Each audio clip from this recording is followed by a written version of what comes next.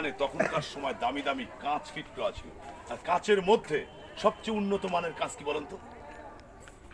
দেশীয় ব্রিটিশ, অর্থাৎ তখনকার সময় যারা ভারতীয়রা ইংরেজদের গোলাম ছিলেন ওই সময়, বাকিটা তারা নিয়ে চলে, তা তো নষ্ট করেনি, যে যার বাড়িতে নিয়ে চলে গেছে। আসেন ভেতরে।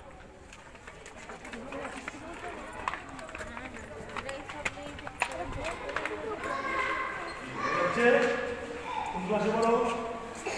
তুমি কোন ক্লাসে পড়ো মা? ঠিক আছে, চলে আসো চলে আসো। মাথার উপর দিকে তাকান, পুরোটা আর্চের উপর আছে, খিলানের উপর আছে, কোনো সাপোর্ট নেই, পুরোটাই আর্চ। একটা ঘর করতে গেলে তো সিমেন্ট বালি পাথর দিয়ে করতে হয়, এটার মধ্যে সিমেন্ট বালি পাথর তো কিছুই নেই। বাইরের পানি হিমের কুসুম সাবু মাছ গলায়, আর জেলাতে জালে গাপ দেয় গাপ, ঝিনুকের দাস, এই ধরনের জিনিস দিয়ে তৈরি। তখন সিমেন্ট ছিল না, যখন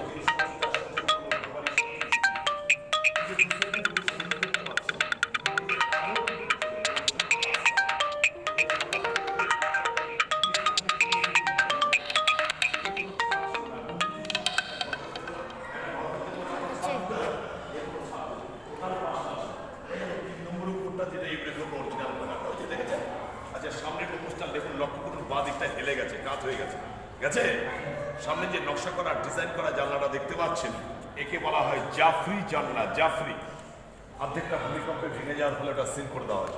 ওই জানলার মধ্যে ছোট ছোট দামি দামি স্টোন পাথর ফিট করা ছিল। স্ট্রেট লক্ষ্য করুন, আপনাদের পেছনে একটি ফাঁকা জানলা আছে, এখানেও বেলজিয়াম গ্লাস ফিট করা ছিল। দিনের বেলা যখন সূর্যের আলো সে ভিতরে প্রবেশ করতো, সূর্যের আলোটা গ্যাস করতো বেলজিয়াম গ্লাস, আলোটাকে কিন্তু জাফরির মধ্যে রিফ্লেকশনের ভেতরে